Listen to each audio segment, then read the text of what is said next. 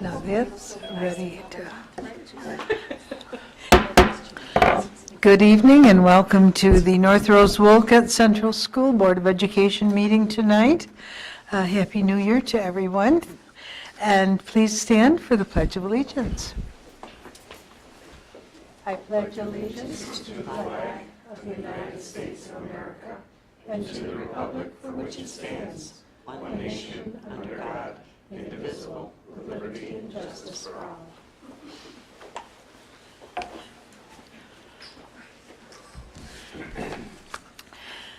The first order of business is to approve tonight's agenda. Motion, please, to approve the agenda. Linda and Leslie, any discussion? All in favor of approving the agenda? Motion is carried. I'll turn the meeting over now to Mr. Pullen to introduce tonight's presentations. All right, thank you, Mrs. Collier. So I'm going to ask Ms. Sinclair and Elliot Bush to come on up real quick. Elliot's a senior here at North Rose-Wolcott High School, and he's our student presenter of the month. Actually, I was quite surprised. I asked him if he wanted to sit up here at the table. He said he would absolutely do that, but Ms. Sinclair corralled him, and he's going to present from over at the podium. So thank you for being with us tonight. All right, good evening, everyone. I'm excited to introduce our high school student presenter to you. Elliot Bush is a senior who attends WTCC for electrical trades. In addition to his work at BOCES, he's active both inside and outside of the classroom. He's a member of the volleyball, baseball, and bowling teams, and when he's not participating in a sport, he can be found working on his truck or snowmobiles. Elliot is also, which I think is amazing, the voice of the NRW High School morning announcements. So each morning he comes down, helps us with the pledge, and then tells the announcements for the day. So in just a few minutes, you're going to learn a little bit about Elliot. Hello, everyone. My name is Elliot Bush. I go here, North Rose-Wolcott High School. I've lived here all my life and have gone to school here. I've grown up in North Rose and went to this high school my whole life. We have great staff members here and great teachers. I go to BOCES over in Williamson for electrical trades. At BOCES, we get taught basic hands-on skills. In our first year at BOCES, we learn about residential, like lighting, wiring and switches, wiring and receptacles, and a little bit about code. Your second year, we learn more about commercial, solar, and a lot more of the NEC code. I really like BOCES because it teaches you real-life skills, hands-on skills, and just you learn a lot of things from the teachers at BOCES. One of the things I like in BOCES, I've always liked electrical, so I wanted to pursue that. And when I heard about BOCES, I jumped on that opportunity because not a lot of people have the opportunity to go out and do the things that they do at BOCES. A lot of times you have to go to school for that. In BOCES, you go for 2 years, and they teach you all the basics and a little bit more. For volleyball, I was a team captain this year, along with Steven and Silas.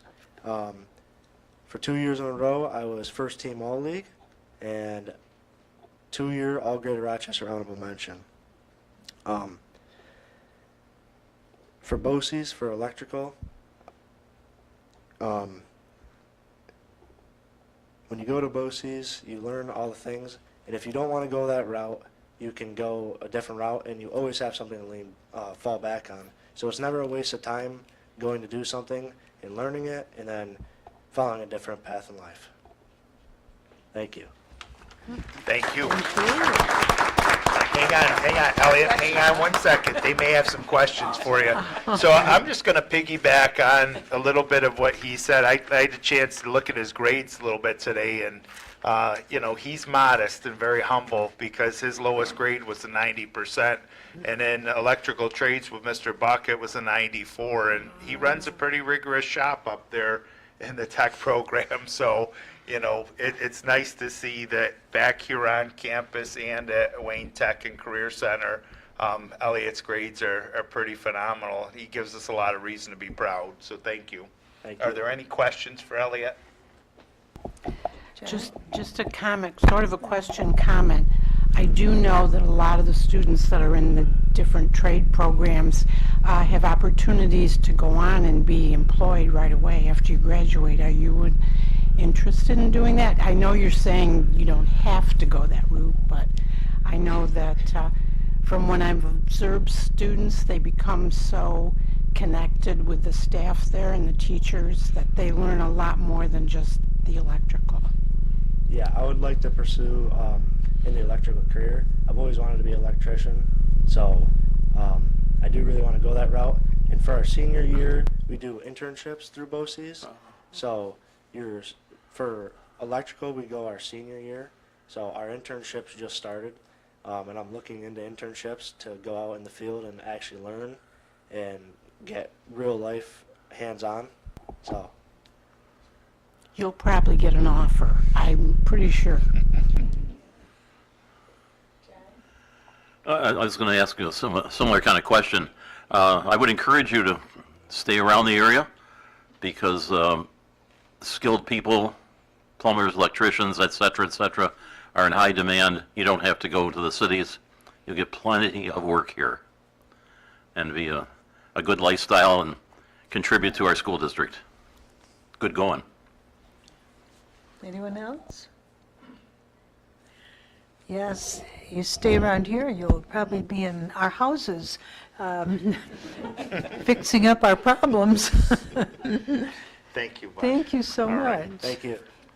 Okay, next, we're into our presentations with our directors to talk about their school improvement plan. So Lori Elliott, Mark Blankenberg, and Lisa Brower are going to come on up and share their progress reports on the school improvement goals and their department improvement goals for the year.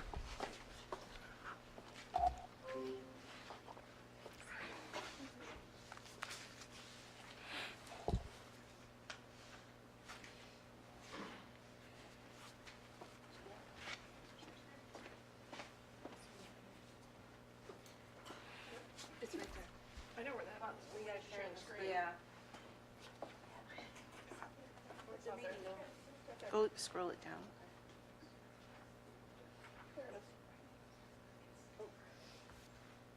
It's right. That should do it.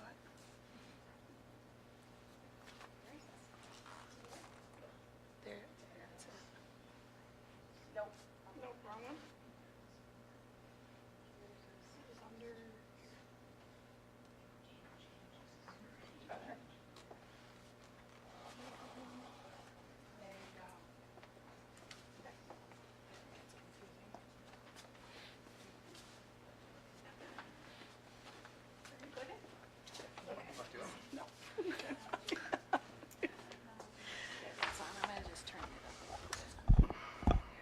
Out of practice.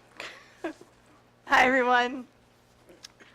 We're here tonight to talk a little bit about community schools, technology, and the athletics department. We're pleased to present to you our school improvement plan for the year and some of the activities that we're already undertaking and that we're doing. And you're going to see as we go through that a lot of our activities connect directly to what's going on in the buildings, to what's going on in the district as a whole. We really do try to connect with what's going on with the buildings and what's going on with the principals so that we can do the best to support our staff, our students, and our community as a whole. So as always, we connect to our mission and vision. So our North Rose-Wolcott mission, each student will leave NRW family with pride and preparedness for their future path. In our North Rose-Wolcott vision, the NRW is Keep going. the community is committed to fostering connections and developing experiences where individuals can engage in learning that cultivates individual potential. Okay? So we'll start with community schools.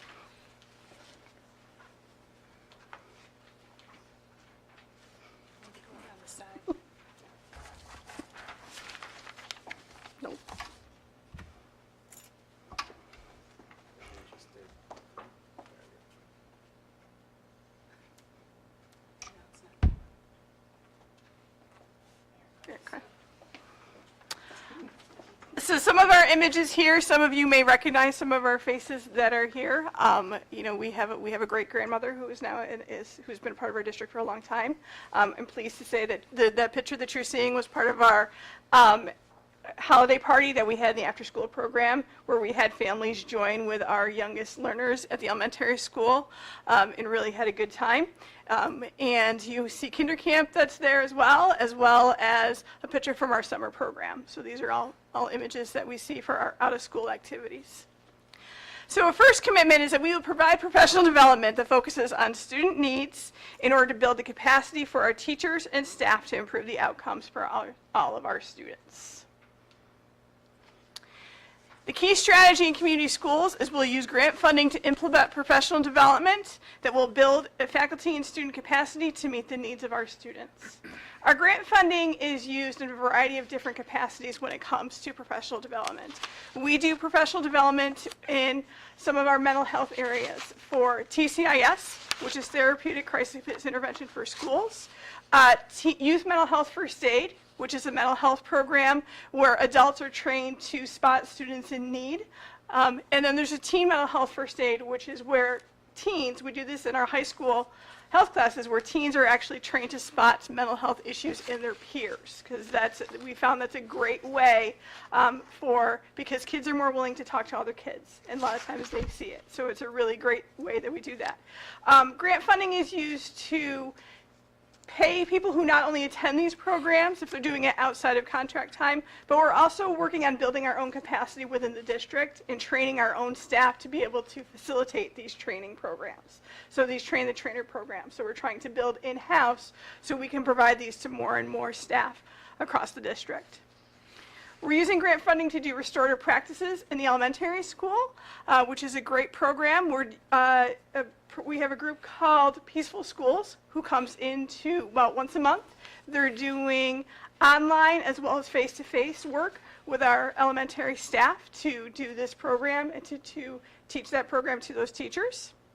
We also are holding sessions on de-escalation, social awareness or social health and awareness through play, responding to conflict in the classroom, as well as we're doing instructional training as well on data main and other programs. So all of these things are being supported through grant funding, and we're able to do so and to bring these trainings to everyone, which will impact both students and staff.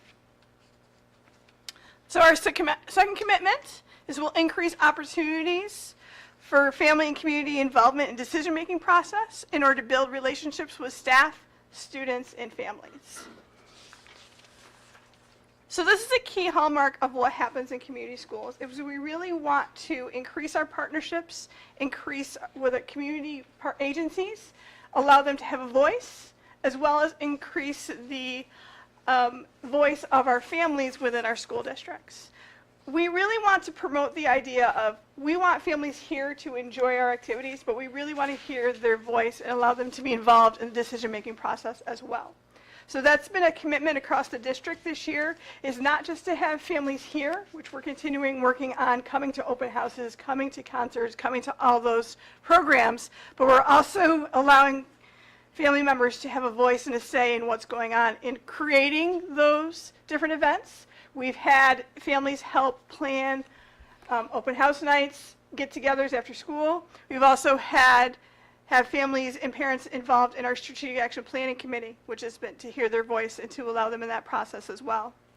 Parent liaisons that we have in each building, we found that this is a group that is very helpful when it comes to connecting with families and hearing what families have to say. We now have a parent liaison for each building, as well as a parent liaison working strictly on technology, and a parent liaison that we just recently hired that will be working to connect with our Hispanic and our E&L population as well.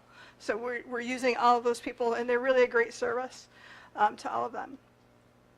Between the actions of our SPOA coordinators that we have at the elementary school and the high school, we are really being able to connect with families directly. They do a lot of home visits. They do a lot of connection. They really are a voice for those families, and they really are a resource to those families. And their work is great, and we can see where it's developing those connections and getting families that are more comfortable coming to school, getting those kids that are more comfortable coming to school, getting the resources that they need. So through all of these ways, we're building on those family connections.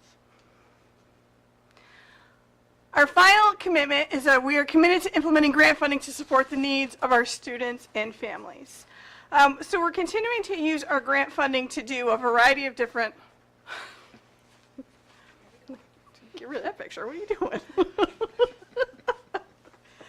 Someone on the clicker. Sure. Okay.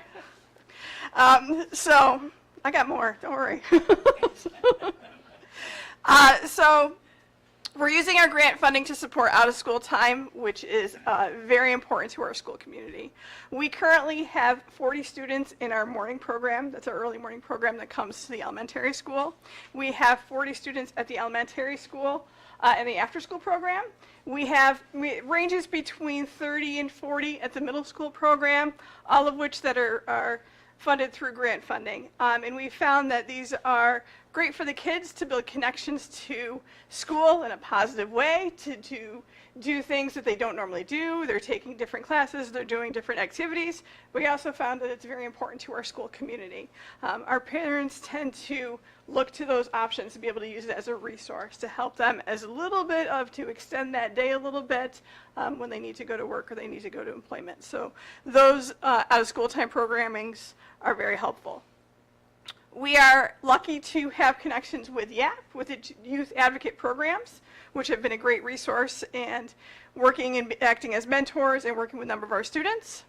Glow Up Girl, which is a program that works with our young women and helps build their confidence, is a program that's going on in the middle school and it's beginning at the high school.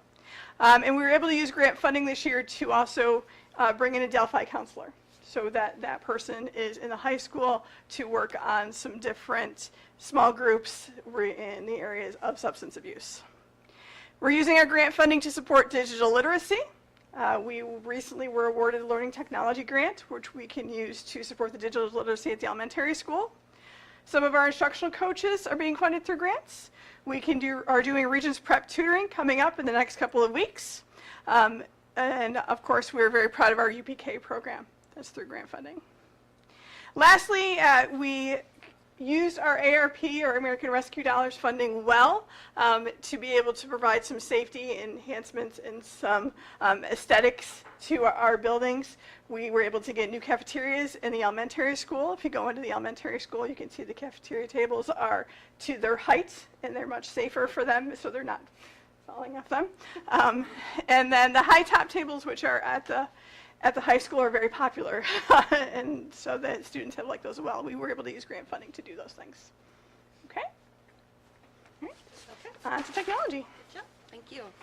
So for technology, as you can see, this is a picture of our technology department. I know it's small, but it's very functional, and they do a fantastic job, so I just kind of wanted to highlight those two. Ken Hill is in the middle, and David Miller, who is videotaping, is on the side there. So for Commitment 1, we will provide professional development that focuses on student needs in order to build the capacity of our teachers and staff to improve outcomes for all students. Right here you can see that I have identified 3 different software platforms that we have implemented this year, so I'll be talking about those. The key strategy for Commitment 1 is to continue to provide support along with implementation processes for programs that target student learning and capabilities. This past fall, the technology department began the implementation process of 3 new software platforms. The first is a new ticket system called Incident IQ. This platform is comprehensive in that it has 4 different components. One is IT ticketing. The next is facilities ticketing, human resources, and events calendar and coordination. Incident IQ provides one website for all components, and it integrates and connects district systems and data to the platform. It also provides a platform for asset inventory management ticket creation, workflows with automated actions, and allows for analytics to support trends and response times for all components. The analytics will be a key benefit when looking at where issues are and how they are being resolved. Implementing Incident IQ also allows for eliminating other programs and has allowed for consolidation and savings. So we actually were able to do away with 2 platforms in replacement of this one. The second software implementation is a new digital student planner called My Homework. My Homework Planner is a digital app that the students, staff, and parents can access on any device. It allows for support, visibility to assignments, calendar features, class schedules, and time management coaching. All of this assists the students in being successful and focuses on student executive functioning skills, which will build upon as they progress through the grade levels. Starts out very basic and a lot of help, and then by the time they get to the high school, hopefully they need a little direction with the My Homework Planner. The third software platform is the implementation of StopFinder. This is a component of TransFinder, the transportation software. StopFinder allows parents and guardians to receive bus location, estimated time of arrivals, geo alerts, messages, updates, and alerts in real time. It also allows parents and guardians to send forms in or other information through the app. Commitment 2. We will increase opportunities for family and community involvement in decision-making processes in order to build relationships between staff, students, and families. Technology's key strategy for Commitment 2 is to provide training opportunities for families and students to gain a better understanding of the district-wide platforms that we have. We will do this through a continued focus on parent nights, and that attention, that focus on those nights will be Parent Square, ClassLink, School Tool, and StopFinder. This was started last year in collaboration with our tech parent liaison, so we're going to be continuing that hopefully this year, and hopefully we can expand on it. We have some other ideas. We will be supporting the training of staff and students in the use of student badges that they've received, with use on the buses and in the cafeteria. We're producing training videos that will be available on the district website. We also continue to support the tech parent liaison in the support of parents. We do get questions that come to us, and she can relay them to us, and then we can help with why they're having problems with access or whatever. So we work in conjunction with her. Commitment 3. We are committed to providing staff and students with the highest quality of service with a continued focus on efficiency, communication, and improvement of tools. We will hopefully do this through analyzing data and usage to support the need for updated equipment. Right now, we're reviewing vendor contracts, in particular copiers, and we're looking to make sure the equipment is meeting the needs of the users. We don't take for granted that they just work. We're looking at all options and making sure that we're producing or providing what's most useful for the staff and students. We're analyzing data from equipment, and the new Incident IQ software is helping us with that analyzing of data. So, and that's it. You want me to click for you? No, I've got this. Good evening. On to athletics. In the big picture in the lower right-hand corner is Alston Hernandez, who went to the state cross-country championship. We've already talked about him before, but just wanted to give him a plug. He did a great job at the state cross-country championship. So Commitment 1, again, focuses on professional development like the other commitments you've heard today.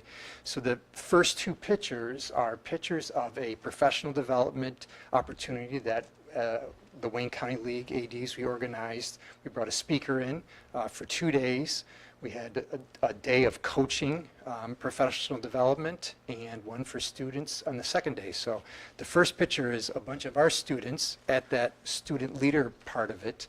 And the other picture is all the coaches that attended throughout Wayne County. And I will say that we had the best attendance for our students and our coaches of any of the other schools.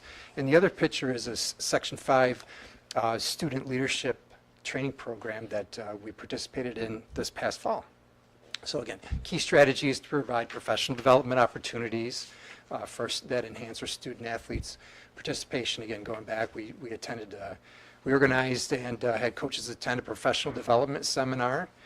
The nice part about it was, the only bad part I say is we didn't host it here. We did it at SOTUS, so it was more convenient for the rest of the schools to get to, but we did it at no cost to the school districts.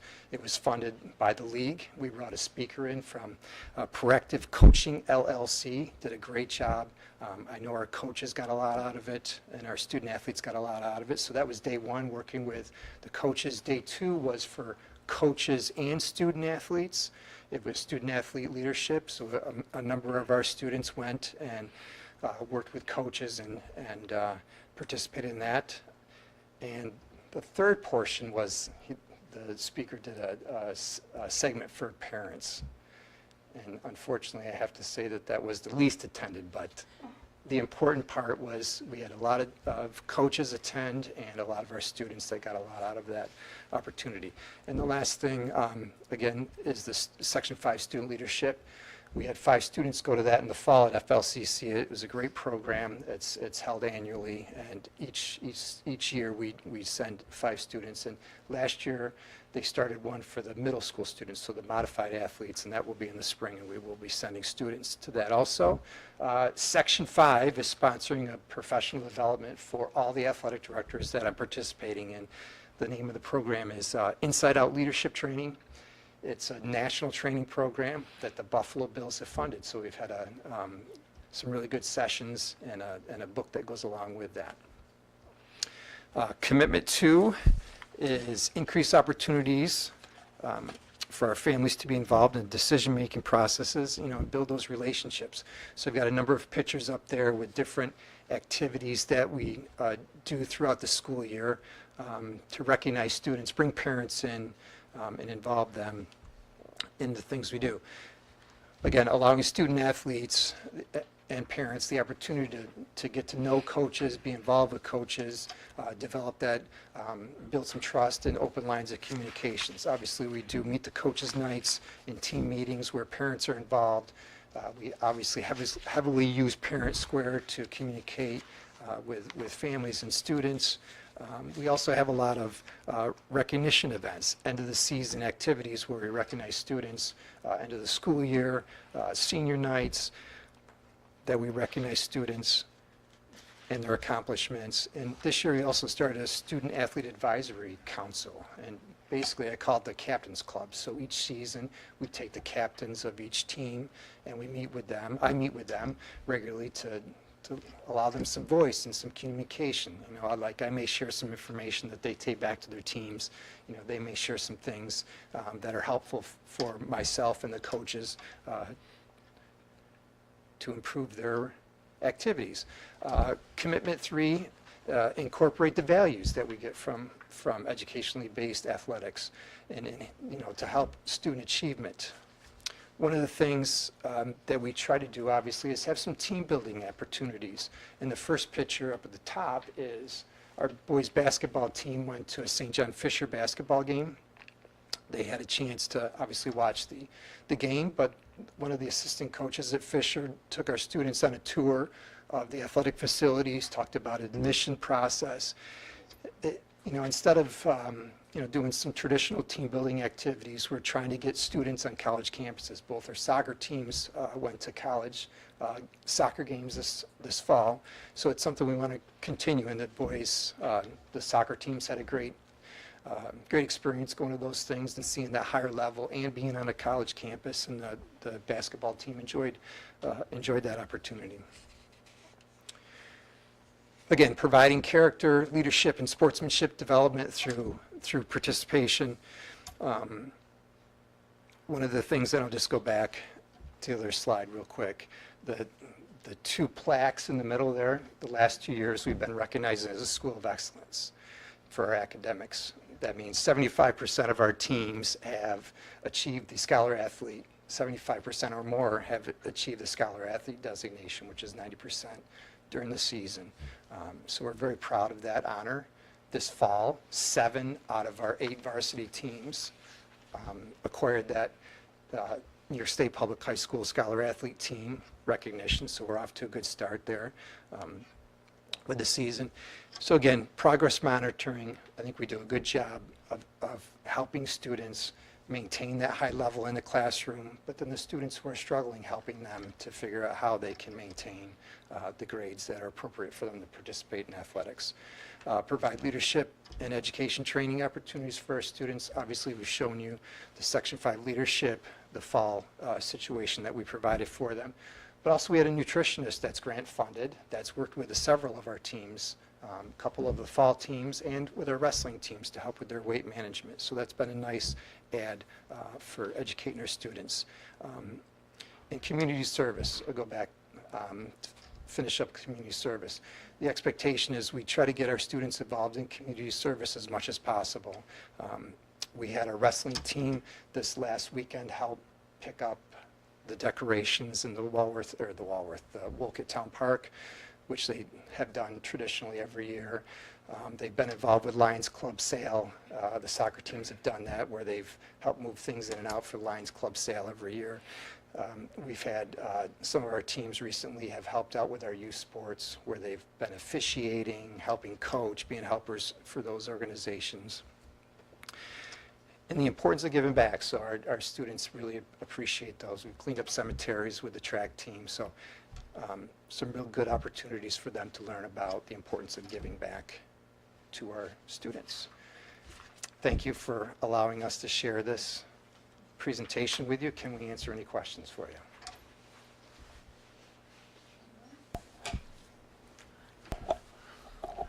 John? I have a question about a stop finder with the buses. How many parents, do you know what kind of participation we have with that? So, well, we had about 508 respond to that. So it's quite a few, actually. And how accurate is it if it's bad weather? Does it compensate and kind of say, It does. It works, according to the connection that they can get also when they're out and about. And we all know that cell service out here is kind of spotty. So sometimes it will depend on that. But it is very accurate as far as I've heard from parents or seen their comments. So. I think that's great. In my past experience, I have to appreciate Lori's efforts with the community, the after-school activities. It's a major big thing for parents. And the idea of the buses, how many times did we have to field phone calls, where's my son or daughter? And our athletics, the Excellence Awards, it's great. It's just wonderful stuff. I appreciate that. Yes, thank you very much.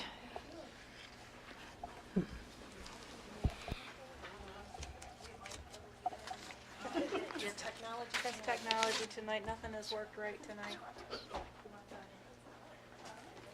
Stop share.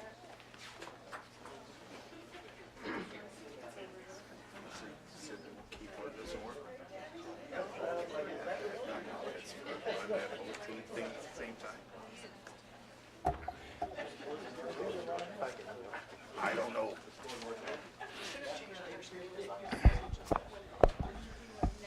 Shelley, can you see his screen? Can you see superintendent update? Okay. So just keep moving along, because I know we've seen a lot of great things and we're making the necessary gains. But I want to give you a quick update prior to, the academic information that Megan's going to share with you next month. So you'll recall back in the fall, I spoke with you about the improvements to the elementary auditorium, and we talked a little bit about the progress that was being made. So there's a picture when the floor was replaced. We did the LVT, and then there's the new carpet there. Last week, over December break, so on December 26th, we went ahead and we added the seating in there. So we actually added paint too, so you're starting to see a uniform approach to everything that we're doing. I was pleased to say that today I was actually down there and I caught these two pictures with Mrs. Hake and a few of her students. and then Miss King and some of the third grade choir. So they're already excited. They're utilizing the space. They're really taking advantage of what our community has been able to provide and the support that they've received with respect to our performing arts, and our facilities enhancements are just phenomenal. So you'll see the scaffolding still back there. Mr. Sebastiano and his team have been very integral in replacing the ceiling tiles that are going on in there. So when I talk to you about a warm and inviting environment, is if you get a chance to visit the elementary auditorium, I think you're going to start to see the progress that we've really started to show and make within the facilities. It really is paying some big dividends. It's starting to align to the culture that each of the buildings are creating within our community. This is really an overview on the reading program from the elementary school. And Karen's here to kind of highlight some things with me, but I want to just, before we click play, talk to you a little bit about the reading instruction that's going on at North Rose-Wolcott Elementary. You'll recall a few years ago when I came in, I said by December I wanted our kindergartners reading books. I said there was no reason why we shouldn't hold ourselves accountable for that standard. And we really pride ourselves on the Monday through Friday instruction. So last year, when the science of reading became a push, and the governor put out a mandate and said, you know, she's going to allocate $10 million towards reading instruction and making sure students were proficient readers, I'm pleased to say that at North Rose-Wolcott Elementary, that our reading program is very aligned to the science of reading. And we have to sign an attestation document later on in the summer, basically saying that our pre-K programs meeting certain expectations, that our reading programs meeting certain expectations, and that's predicated on phonics instruction as well as comprehension instruction. So as much as I'd love to have our children here reading to you, I think this video really does the most amount of justice. So when you start looking at this, you have a group of kindergartners here. They're going to read and they're going to talk to you about the set list, and this has been done back in the fall. I've been trying to get this to you so that you could kind of see that, you know, by the end of September, our kindergartners were reading books. We can read. We can read. I see the sheep. I see the cat. I see the horse. I see the hen.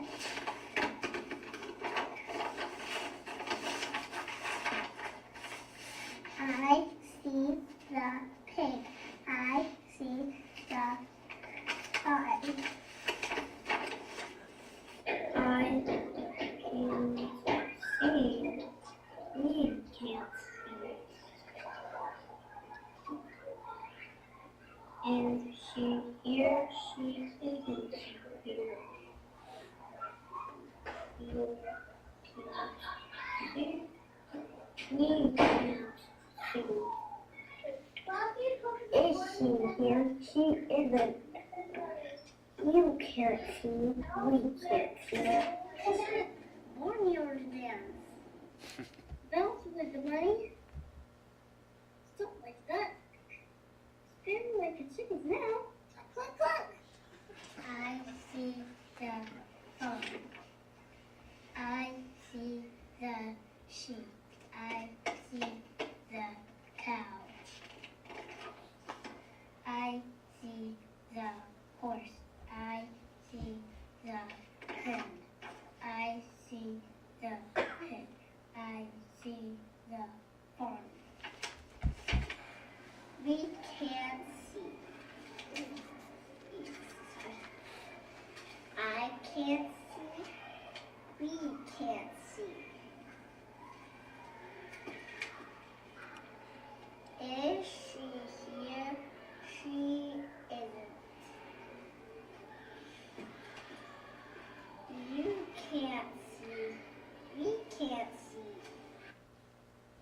So I think the significance of that really is, a testament to the support for the programs that we have. And, here's the data that kind of supports the Monday through Friday piece, right? We talk about Monday through Friday to say every day we're assessing, are we getting better? Are we setting ourselves up for success? More importantly, are we setting our students on the pathway? So you recall Karen shared that data on the left when the elementary school improvement program was there, and they presented in the fall. And, if you take a look at the bar graphs, if you look over to the bar graph on the right, and you look at that first column, 72% of our kindergartners are reading on grade level in November. And if you go back through and progressively look, each and every one of those grade levels is making progress, and it's starting to come along, and it's paying dividends for us. And really, why that's significant is because in the next couple of weeks, the elementary and middle school are really going to start working on their benchmarks. At the elementary level, the computer-based testing, which we've implemented a few years ago, they're going to do a school-wide assessment with respect to their winter benchmark.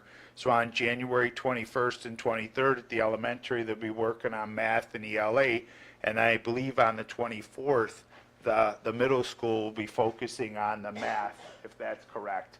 So the progress that we're making and the intentionality behind the programs that we're investing in can't be overstated. I mean, I really want to just continue to beat that drum and say we're making the gains that we want. One thing in particular, and I'm not going to steal all Karen's thunder because she's going to talk about the digital literacy and computer science program. We created that teacher on special assignment this year because part of our state assessment scores, when we talk about 3 through 8, we were lagging behind, and it's not because of our competency, it's because the amount of fluency when it comes down to the keyboarding skills and the multiple steps that are associated with taking an assessment for many of those children for the first time on a computer. So Joanna Samar's been doing a wonderful job for us at the elementary level. So really, we started with our earliest learners, and they're going down and they're receiving instruction on the computers and iPads. They're being introduced to the computer in a play-based manner, very similar to what we're doing with our 3-year-old program. The letter sounds and letter sound relationship, numbers, colors, and shapes. And I believe they're actually working with Irene Miller, one of our E&L teachers as well, on the components in the communication, both expressive and receptive. So there's a very well-rounded approach there. K through 4, really talking about digital citizenship and then cybersecurity, really talking to the students about their behavior online in terms of the etiquette, and then the importance of also making sure that they're not interacting with people that they shouldn't be online, keeping passwords safe and things of that nature. And then again, there's a progression through the curriculum, and I won't read it verbatim, but I want you to understand the nature of how we're approaching that academically. And the importance there really can be summarized by this particular video, which is Michelle Morgan, one of our middle school math teachers. And I'm not going to show you the whole video here, but this is Michelle working last spring with one of our middle school students. And this video came about when she stopped me in one of our staff development days and said, I wish people would understand just how complex it is to take an assessment on a computer.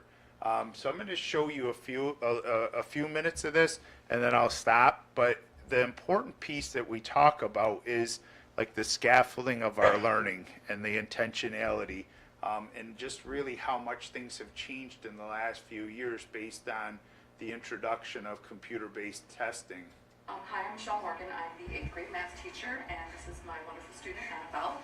And she's going to go through what we're actually doing to help us study for the New York State test, and how it's not as easy as we would like it to be, but we're getting better at it. So she went to her Google Classroom first, opened up today's assignment. And hitting New York question sampler, so that brings up the stuff from New York State.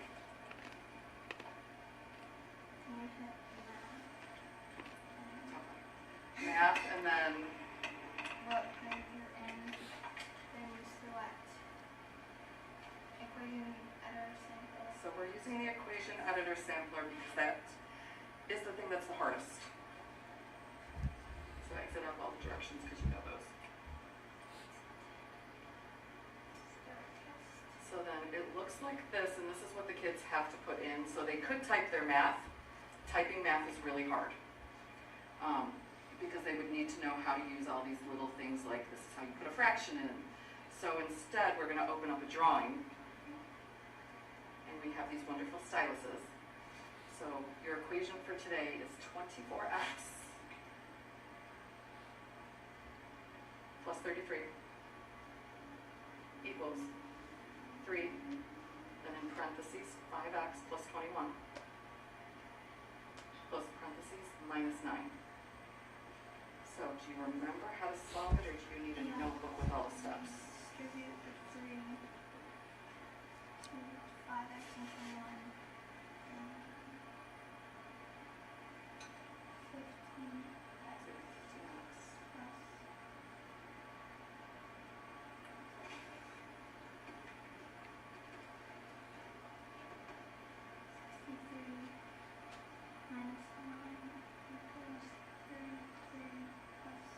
24x. So now what? Like term? You could. Yep, you can add your like terms. No, they're not. They're on the, right, they're not on the same side. So yep, there's an eraser we can use. Put your equal sign back, and your x remainder. Do you want to draw your wall? You lost the 1 and your 15. So I gotta put the 1 back because the wall got drawn on it. Make it bigger because it's gonna be a long problem.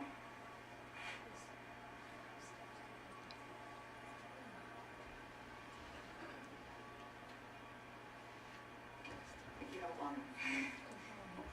So I'll just let it play for another few seconds, but I just, Okay, so, yep. I want to emphasize the complexity of doing a problem on a computer, and the fact that they have to have multiple screens, open at once. They have to have the ability to attend to the matter at hand. It's a little bit more complex than erasing with paper and pencil. At the end of the video, it's about 6 minutes and 15 seconds long for one problem.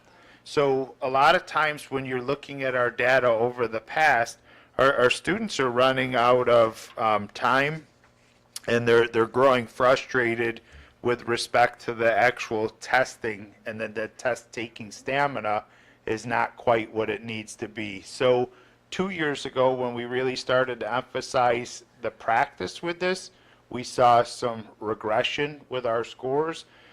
This year, as we've started a few years in, we're hoping to see that the work with Joanna at the primary level and the elementary level will pay dividends. We think that the work that Crystal and Karen and their teams are doing is certainly going to pay dividends. But I just want to remind our community, we're data informed, not data driven. We're student driven. And so when you see things like this and you start to understand it's not the math of old, it's really a large and very complex process that seems to catch us from time to time. The parts that we're really driven by are what we saw here, with our youngest learners reading sets. And I think that when Megan shares the data after the first semester's over, I think you're going to see that pre-K through 12, we're making gains. And I just wanted to give you a quick update on that because I know that you're interested in seeing some of those things. Are there any questions? I'd just like to say that if I had to do math that way, I would never have made it out of elementary school. I would still be there, struggling away.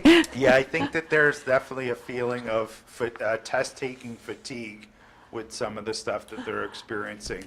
Oh, It was 5 steps to even get there. Yep. Before you even start the test. And thankfully, we're a one-to-one That's- school that's district tough. when it comes down to our devices. And Yeah. as Right. you saw, Yeah. if our pre-K students are starting to learn at the earliest level how to interact with a computer or a tablet, and then that progression goes up through. I can't help but think about the equity issue of kids who've been on devices since they were toddlers, opening the windows and all that manipulation, versus kids who haven't had that experience. It really puts them, Well, it's in a changing bad the way their brains position. function too. Yeah. You know, we know that research is talking about the different pathways because of the screen time. So, And I'll dare bet the state ed department has not modified their testing procedures and methods. And I feel sorry for our special education students who legitimately would have a hard time following all those steps. right.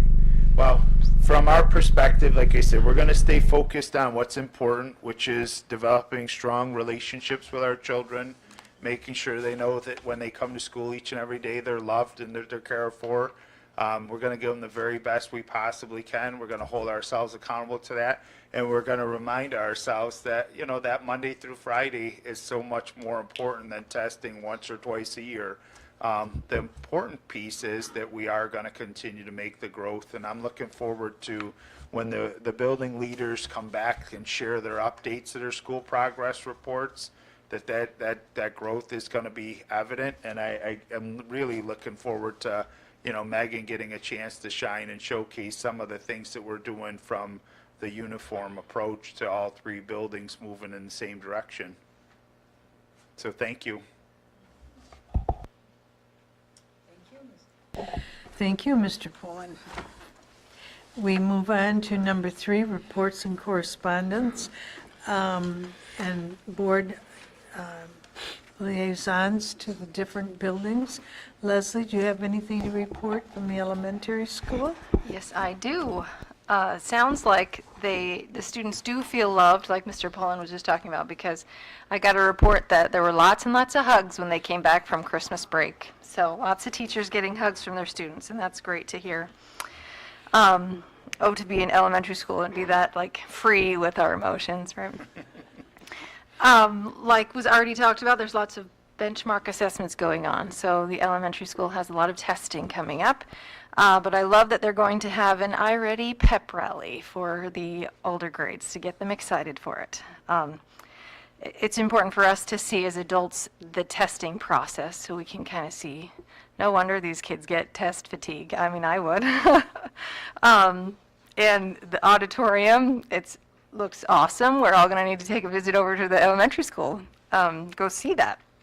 So am I allowed to ask, is there like an end? There's not an end time frame for this, right? I don't remember. Well, so technically, the process will be over a 2-year period. Okay. So tonight on the agenda, you're going to be awarding a bid for replacing the handrails in the auditorium. And, you know, I talked with the vendor who was successful with that.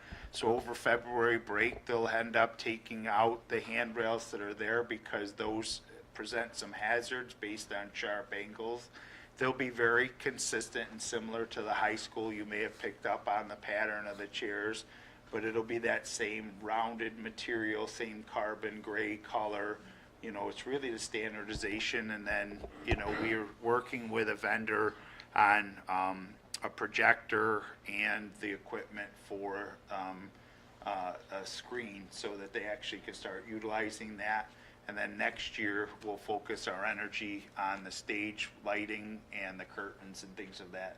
That'll probably be the focus of our capital outlay project this year. I knew things were in the works. I just wanted to. Thank you. Yeah. Quarter 2 is wrapping up, And the end of the month, on the 27th, will be the Cougar Pride Parent Group, and on the 31st will be the Cubby Club meeting with the trait being celebrated as respectful. So that's the elementary school. It's doing good.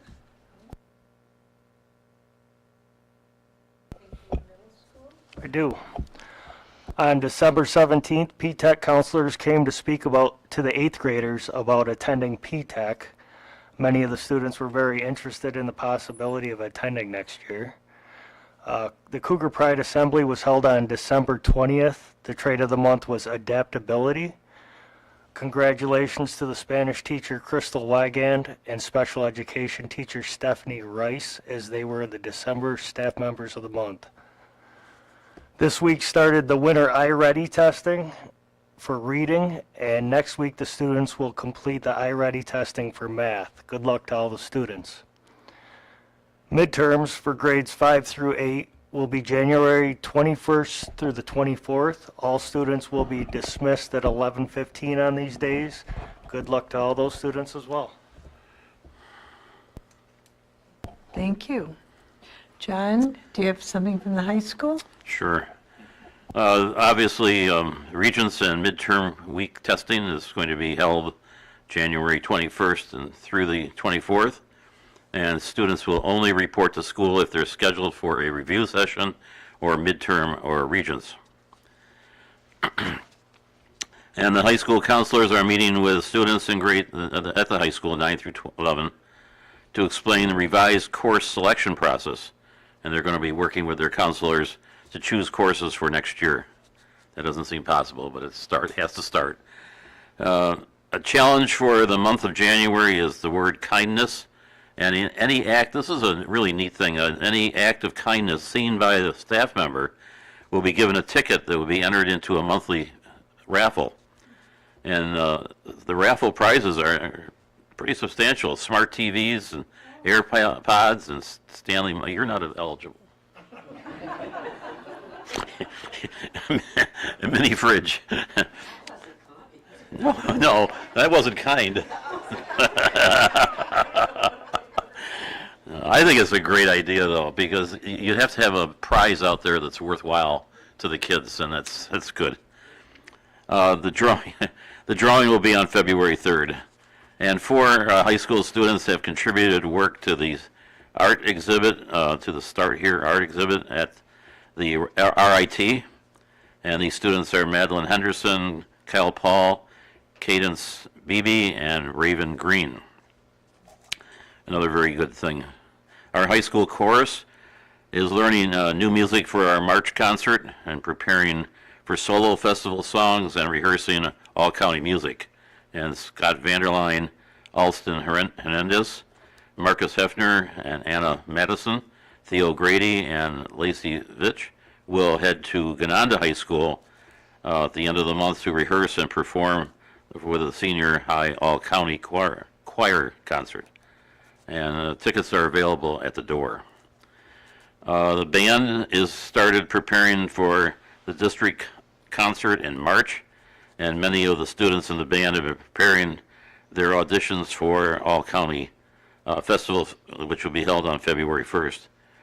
And the students will be selected from around the county based on their audition scores and will be able to perform at the festival, which will be at Pelmac High School. And in sports, Christian Warren signed his letter of intent to be a member of the Alfred State Pioneers wrestling program. He plans to major in construction management next fall at Alfred State College. That's a great event. I saw the picture of it on. It's just a great experience for him. So, thank you. Great, thank you. Shelley, I don't know if you have something from Cougar Ops, or? Because she's muted, she can't share, she can't figure out how to unmute. Okay. All right, well, we'll hear from Shelley another time then. We're glad you're with us just the same, Shelley. Linda, do you have anything to report from Fort County? Due to the holidays, we did not meet. We will be meeting in the next week to start more plans for different events that are going on, including the 50th celebration of Fort County. And I will also say at this point, for the Legislative Committee, we did not meet over the holidays, but we're meeting this coming Saturday by Zoom. And we have a lot to tackle because we're going to be dealing with the federal, and so I will keep you updated on that. Okay, thank you.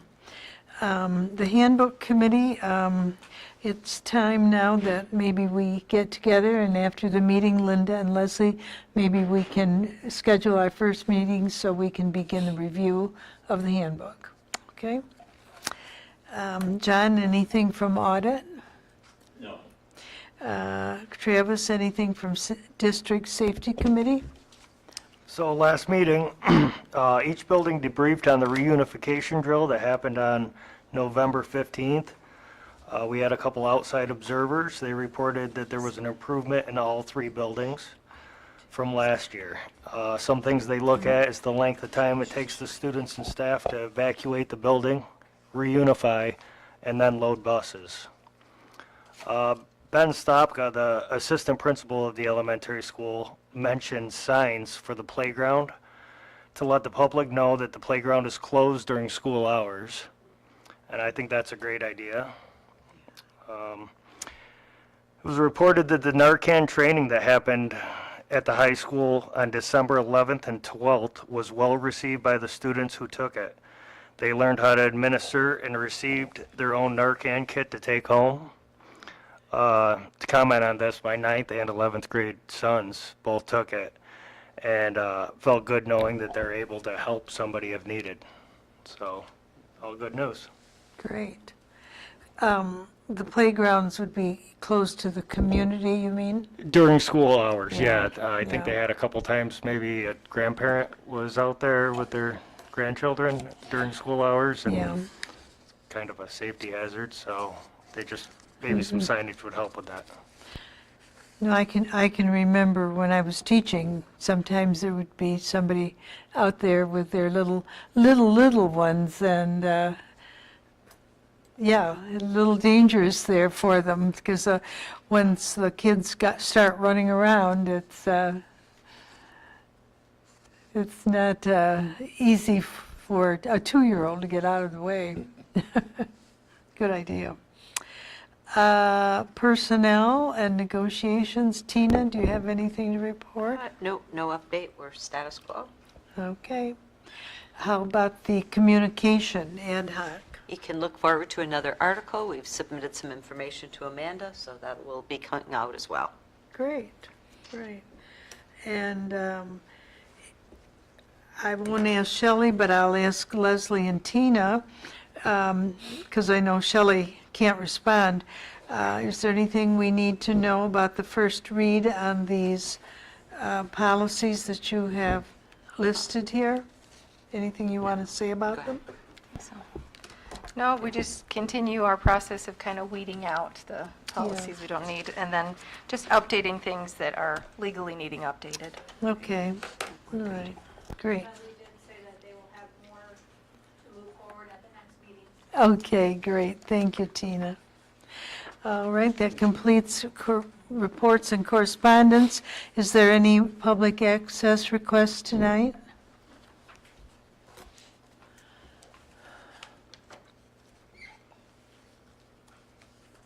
Yes,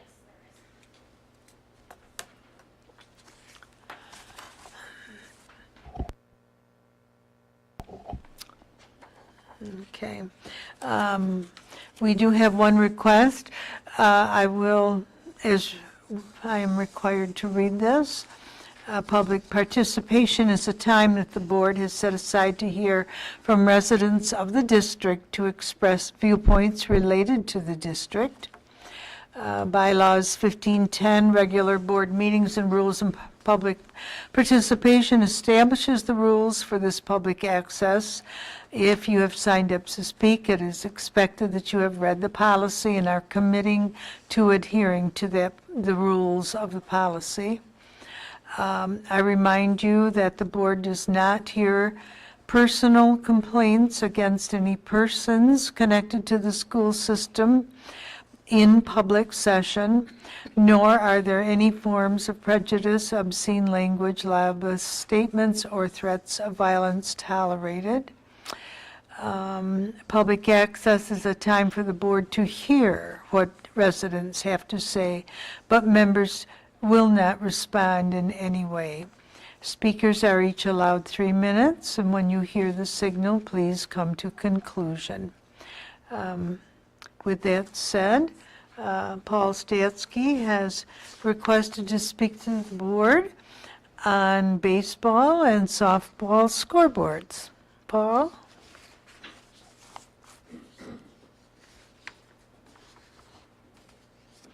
Madam President and Superintendent Phil, thank you for giving me an opportunity to address the board. Madam President, Superintendent Pullen, thank you for giving me an opportunity to address the board. Yeah, our North Rose-Wolcott baseball team has won the county championship 3 years in a row. So we've either been champions or co-champions for the last 3 years. I remember back in April, actually it was the 24th of April last year, the board and Superintendent Pullen acknowledged that we had about $300,000 in excess of state aid from what we had budgeted. So I'm here tonight to recommend that we purchase scoreboards for both the baseball team and the softball team. I understood the soccer field scoreboard, that nice shiny one that we have with all the bells and whistles, was about $20,000. So if we double that, $40,000, there's still lots of wiggle room left in that $300,000. So again, I'd just like to, I believe we're the only district in our county, at least in our category, that doesn't have a scoreboard for baseball. I think there's one other. Other than that, every other one has a scoreboard. So I just encourage us, if we can, let's get scoreboards for both our softball team. And I remind you that last year our softball team, our coach, Coach Yarrow, was the coach of the year for the county.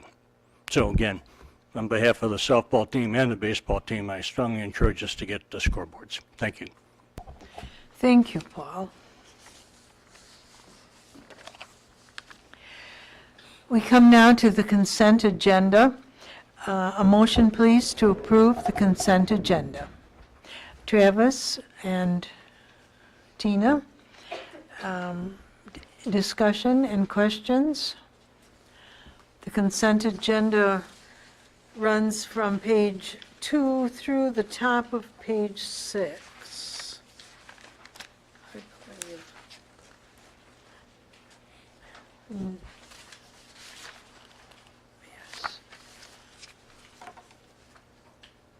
All right, hearing no questions or discussion items, all in favor of approving the consent agenda? Motion is carried.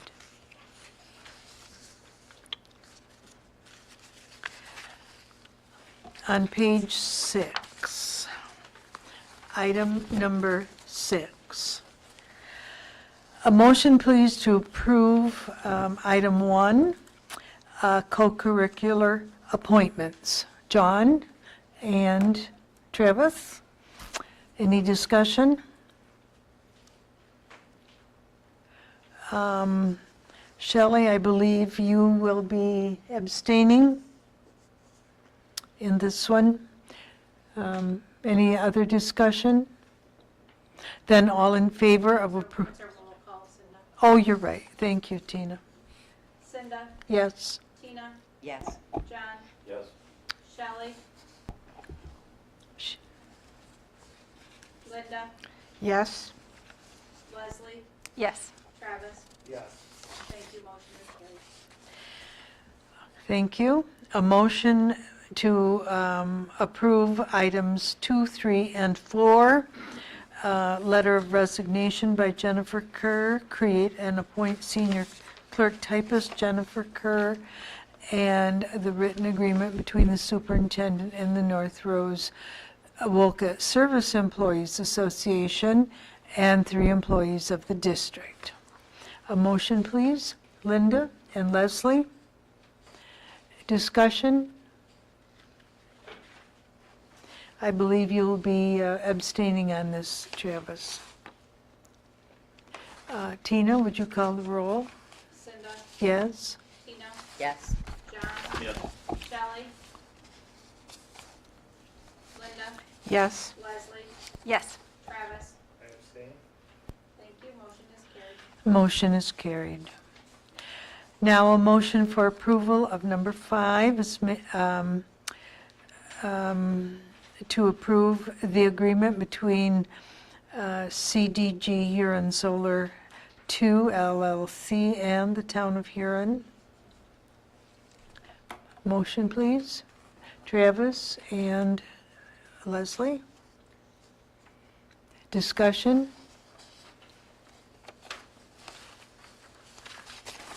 Would you call the roll, please?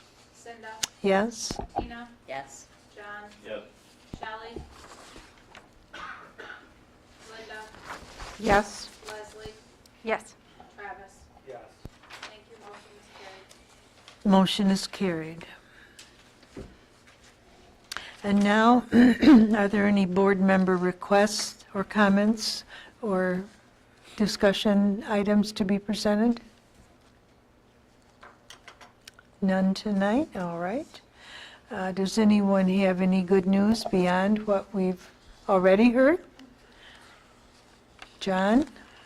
In the Times of Wayne County, there was a very nice article on Amanda Hogan.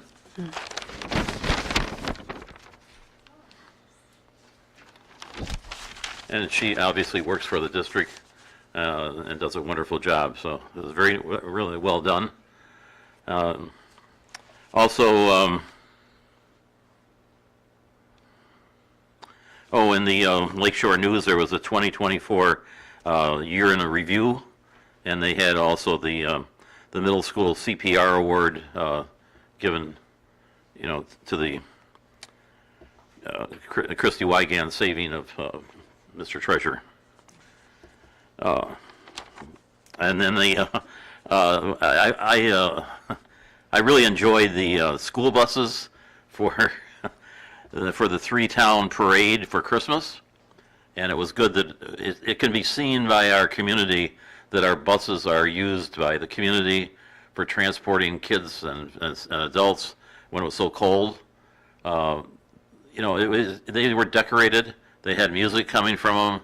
It was kind of fun to see it. They had also floats and everything, but it was good to see the yellow buses there. There was I forgot what newspaper now, Times of Wayne County, I think. Maybe not. But anyhow, there were 2 North Rose-Wolcott indoor track pictures of contestants that were in an indoor track contest. Also, Kelly Cole in the middle school is proposed to have a display of graduates who have done something after graduation. At first glance, she was talking about EMTs and first responders, but I think she's opening that to just in general, which is a very good idea because I think a lot of times we believe we're a rural school district, and our kids are successful in a lot of different areas when they leave school. And this just points it out to the kids who are in school yet, that there is a life other than North Rose-Wolcott, and they can be successful. That's it. Thank you, John. Anyone else? Well, one of the pictures was his granddaughter, but I don't think he wanted to say that Avery was one of the pictures. All right, that concludes our agenda for tonight. A motion, please, to adjourn. Linda and Leslie, all in favor? Motion is carried.